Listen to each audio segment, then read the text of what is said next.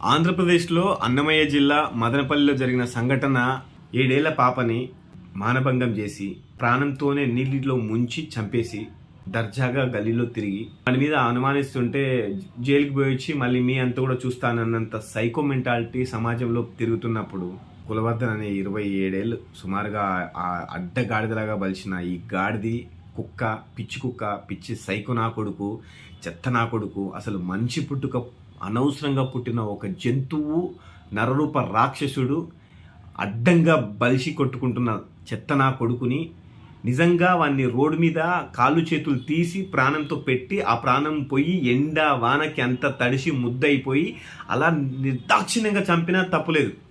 మనం చిన్నపిల్లలు ఉన్నప్పుడు ఎంత భయపడాలండి. నిజంగా ఇలాంటి సైకోనా కొడుకులు కనిపిస్తే పోలీసులకి ఇమీడియట్గా కంప్లైంట్ చేయండి. ఆ పాపకి న్యాయం జరిగిందా?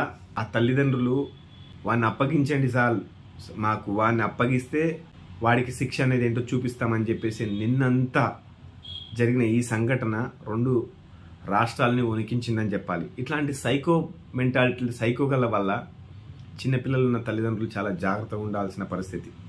ఇలాంటి సైకో మెంటాలిటీ సమాజంలో ఉన్నప్పుడు శిక్షలు కూడా అంతే దారుణంగా ఉండాలి అని బతుకుండగానే కండలుగా కాళ్ళు చేతులు పక్కకు నరికి పక్కన పెట్టి ఒక జంతువుని ఏదైతే చేస్తామో అదంతా అలా చేసి చంపినా తక్కువే అనిపించింది.